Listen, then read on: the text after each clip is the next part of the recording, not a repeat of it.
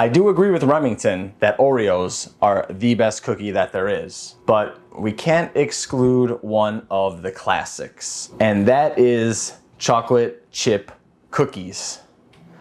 So today we're going to make the Anabolic chocolate chip cookies. I'm super curious how they compare to actual chocolate chip cookies. I have a good feeling they're gonna taste good. We already did the Oreo cheesecake bites, which you can check out, but it's always good to hit the classics. So same thing, we're gonna go on fullness, we're gonna go on taste, flavor, everything. We're gonna go through all the ratings and I'll let you know, is it worth making or not? You can't forget easiness either. Remington, you're killing me over here. I have like a full-time job, but I really want to make all of these different recipes, so I'm kind of stuck between a rock and a hard place. But without further ado, let's do it.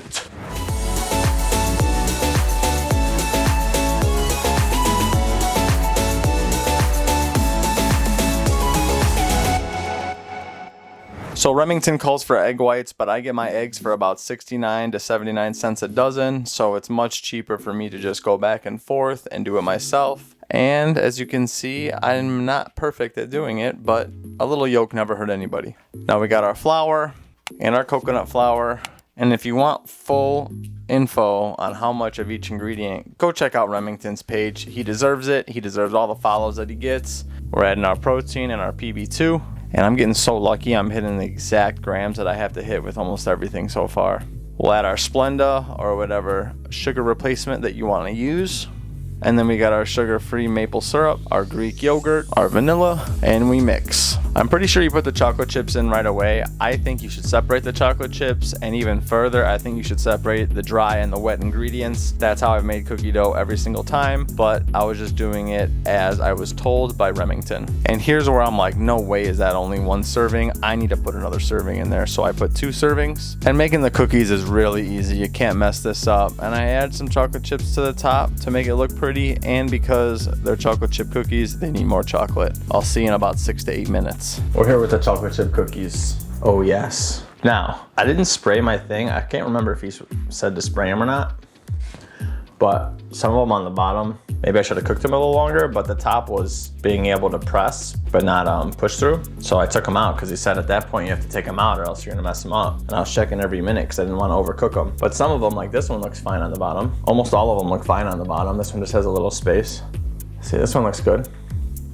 So we're gonna go with this one. To start with, I added probably 2 extra servings of chocolate chips between me adding them on right before they went into the oven and in the original recipe. So that's important to note. So I added another 140 calories. Also, I don't really get the point of using sugar-free chocolate chips because sugar-free chocolate chips have 70 calories per serving. Regular sugar chocolate chips have 80 calories. He talks about not wanting more and a sugar spike and all that, but I think that if you have a full thing full of sugar of chocolate chip cookies, which he said he's eaten the whole batch before, but usually eats half the batch, then you won't have that craving anymore because you ate half a batch or a full batch. So to me, it's kind of a moot point, 10 calories, whatever. But with the amount of chocolate chips I put in here, it's probably an extra 20 calories per cookie, which to me is negligible unless I eat a whole, what? 1, 2, 3, 4, 5, 6, 7, 8, 9, 10 cookies and an extra 160 calories. So time to try them. They're soft. You really can't taste any of the coconut or the peanut butter PB2 that you put in here. It's caught in my throat though. There, that went down. All right, it's like moist, but dry at the same time. All right.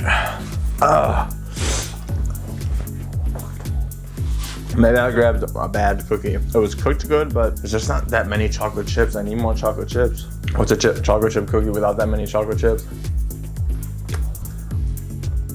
Bad. I don't know how to explain it. It doesn't have the same like consistency.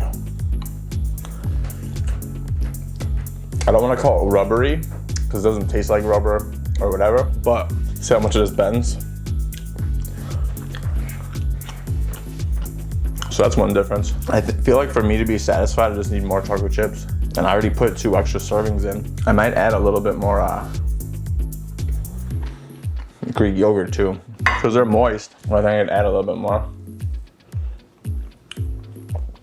My hopes were super high, kind of let down. Out of the first 3 recipes I've made from Remington, this one's probably, this one is my least favorite. It is what it is. You're not gonna like everyone, right? Easiness, not that it wasn't easy, but there's a lot of ingredients. And once you have the ingredients, like I already had sugar-free syrup, I already had Splenda, I already had egg whites, I already had coconut flour, regular flour. Once you have all those ingredients, then you have them for a while, so it's not that big of a deal. But there's like 10 or 12 ingredients in it, so it's not as easy as like the mac and cheese or whatever. But I would say it's still pretty easy. 8 out of 10. Really wasn't that hard. Now, flavor, I just don't really.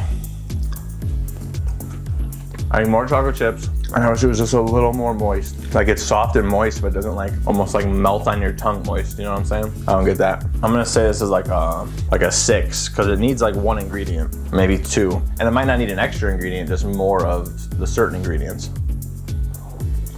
Yeah, 6 out of 10. So we got 8 out of 10, 6 out of 10. Fullness, once again, this is a dessert, just like the Oreo cheesecake bites. I'm not gonna sit here and throw back a full plate of cookies. After 3 or 4, I just don't want anymore. So I'm not gonna give it a fullness rating, but I'll give it an overall rating. I'm like trying to try more of them, be like, maybe I just had a bad one. It's all right. For being healthy, they're good. But once again, it's not like one of those things where I'm like, oh man, that chocolate chip cookie, I can't tell the difference between that and a bakery. I'm gonna go in between a 6 and a 7. We're gonna go an overall 6.5. Remington, let me know if I did something wrong. I put the whole process there. I'm willing to try them again. Like I said, 8 out of 10 for easiness. It wasn't hard, and I have all the ingredients already. But next time I'm for sure using regular chocolate chips because it's only 10 more calories per serving. And next time I think I'm gonna use a little more Greek yogurt or one of the wet ingredients because it just wasn't moist enough for me, and I like it super moist. 6.5 for room for improvement. Easily, there could be some improvement. Overall, good base. It looks good. It melts good. It cooks well. Just when it comes to that taste factor, it's not there for me yet. So I definitely think these can go up a notch and really get a lot closer to regular chocolate chip cookies. I'm gonna go make some bacon jalapeno popper egg rolls for my cheat meal. And until next time, I will see you in that next one. Deuces.